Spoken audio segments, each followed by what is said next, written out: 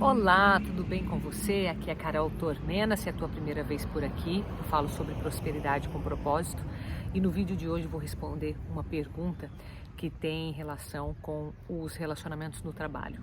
Como lidar com pessoas falsas no trabalho?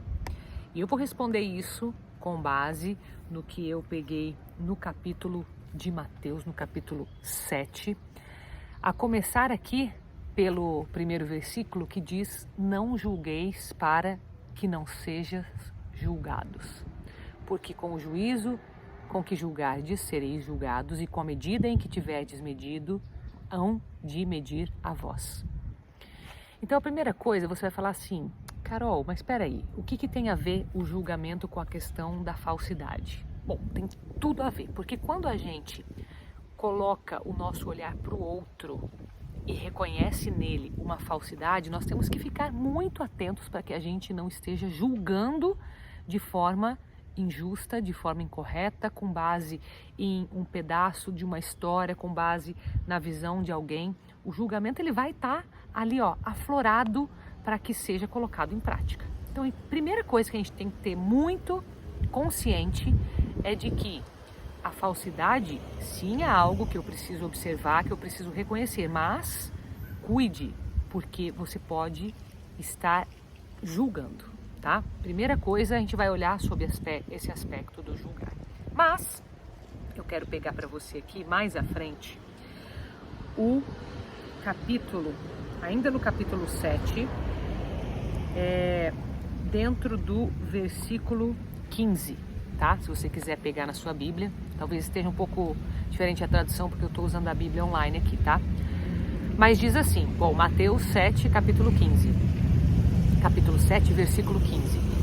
Acautelai-vos, porém, dos falsos profetas. A gente está falando de falsidade. Então, falsos profetas que vêm até vós vestidos como ovelhas, mas interiormente são como lobos.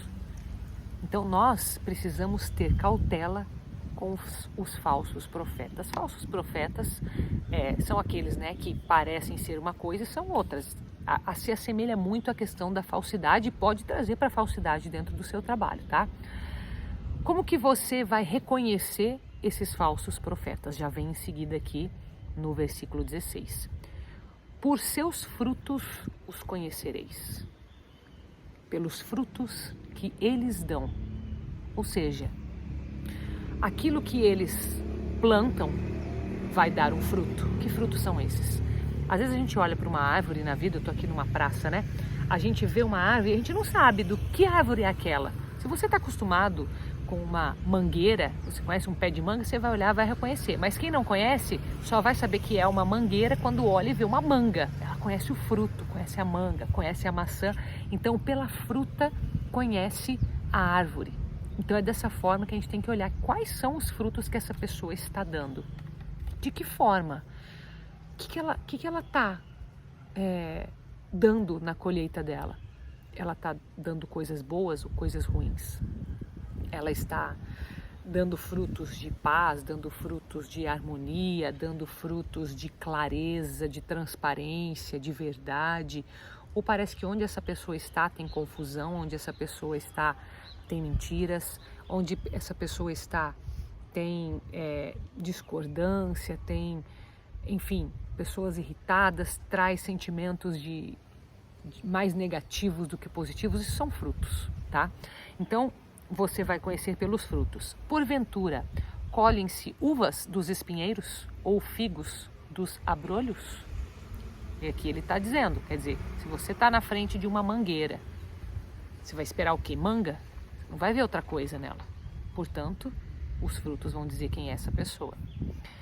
Assim, aqui eu estou no versículo 17. Toda árvore boa produz bons frutos, e a árvore má produz frutos maus.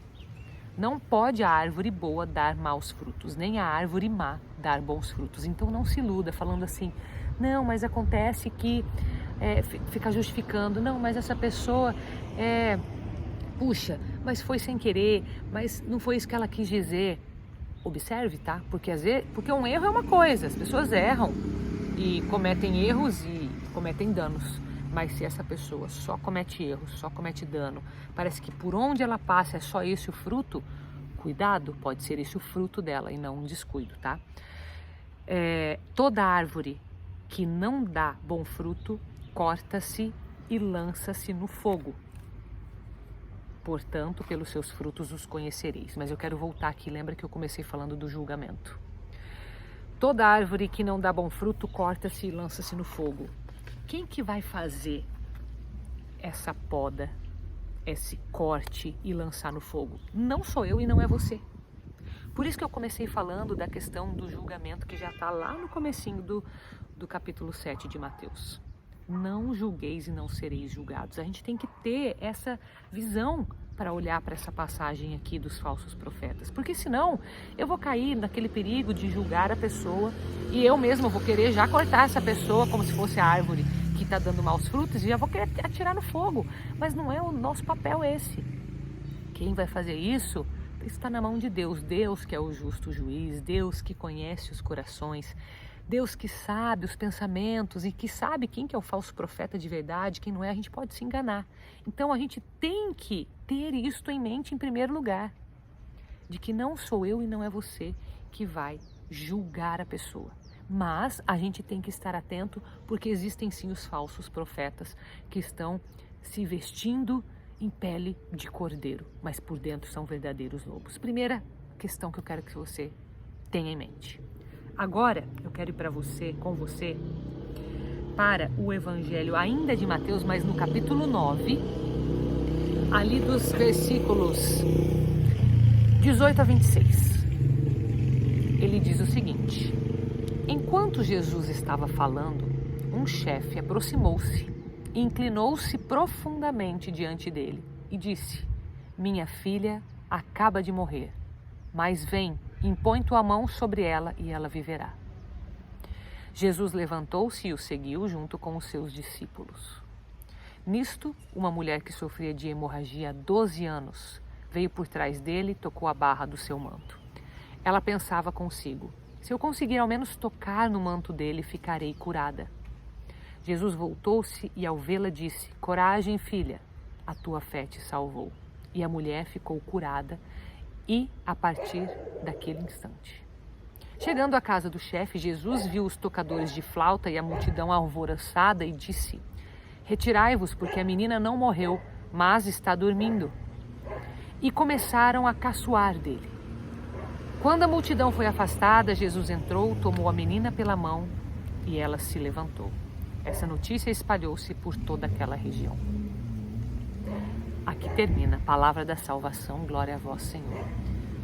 Eu quero conectar esse evangelho com aquilo que a gente falou, lembra? Primeiro, Mateus, capítulo 7, versículo 1, não julgueis e não sereis julgados. Depois a gente foi mais adiante, ainda no capítulo 7, versículo 15, cuidai com os falsos profetas. Agora nós estamos no capítulo 9 de Mateus, onde Jesus está falando, ele está falando a uma multidão. Chega um homem, interrompe a fala dele e se coloca, se inclina profundamente e fala: minha filha morreu, mas se você for até lá e pôr as mãos, ela vai viver. Então já vem um homem de fé ali. E aí você acompanhou todo o evangelho, Jesus o seguiu junto com os seus discípulos. Então primeiro gancho aqui que eu quero te dar: Jesus ele estava com os seus amigos, os discípulos, aquelas pessoas que acreditavam nele, aquelas pessoas que o seguiam, que deixaram as suas vidas, deixaram de pescar para segui-lo, os discípulos. Ele estava com eles.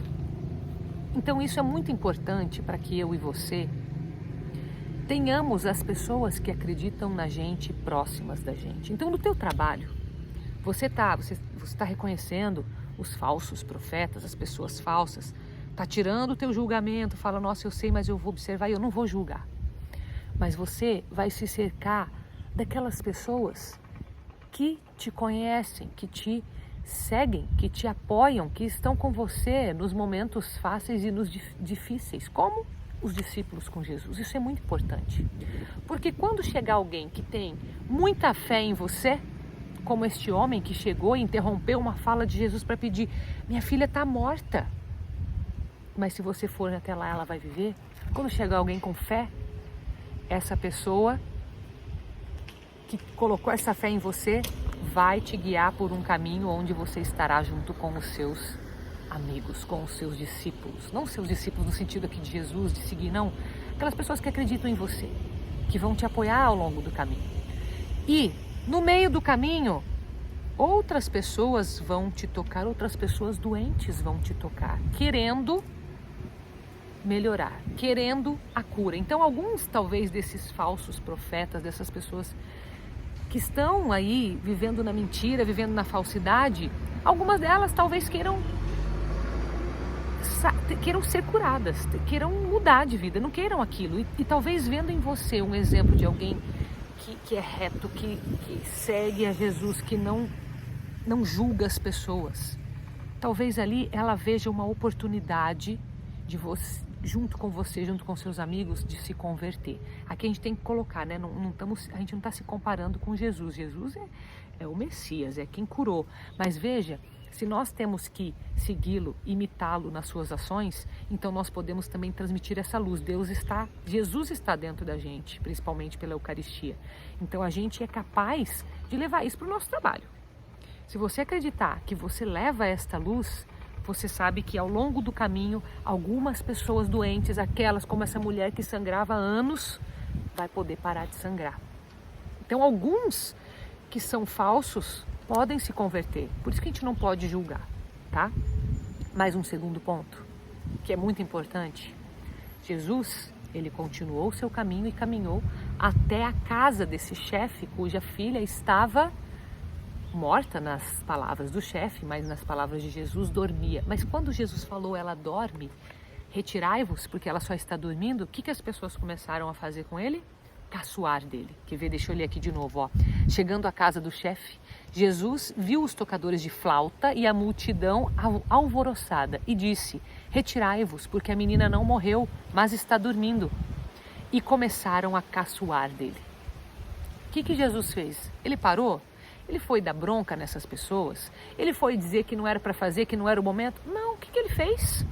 Ele apenas aguardou. Quando a multidão foi afastada, Jesus entrou, tomou a menina pela mão e se levantou. O que isso quer dizer? Que independente de pessoas falsas, de pessoas que caçoam de você, de pessoas que criticam, que pela sua frente estão sorrindo, pelas suas costas estão falando mal, você deve continuar seguindo o seu caminho e fazer o que precisa ser feito. Jesus aqui operou um milagre, agiu de acordo com a fé daquele homem lá atrás, fé que o impulsionou nesse caminho. Então aquela tua fé é o que te impulsiona, aqueles teus amigos te mantêm no caminho, vêm com você no caminho. E quando você faz o que você precisa fazer, tem pessoas que vão caçoar de você, que vão estar tentando tirar você do caminho, mas você, assim como Jesus, esquece. O que é mais importante aqui? A menina só dorme. Ele vai lá, toca e ela se levanta. Ele faz o que precisa ser feito. Entende? Então tudo isso é para a gente olhar como que no mundo eu lido com pessoas falsas. É algo tão crucial, tão corriqueiro, né? Tá na vida de todo mundo isso. Olha como que a gente pode se guiar pela palavra de Deus. Olha como que Deus, ele nos revela tudo. E para qualquer pergunta que você for fazer, para qualquer questionamento, seja de fé, seja de como lidar com as pessoas, relacionamentos, seja como lidar dentro da tua família, sempre Jesus vai te guiar pela palavra. Jesus te guiou pela palavra agora e Jesus continua a te guiar. Se você se deixa mover pelo Evangelho do dia, trazendo as suas preocupações, trazendo as suas angústias, ele faz isso. Foi isso que eu fiz para dar essa resposta para alguém que estava angustiado, seguidor meu, mandou essa mensagem lá no Instagram. E eu falei, ele quer uma resposta, essa pessoa ela quer fazer certo. Como que é o certo? A palavra de Deus. É assim.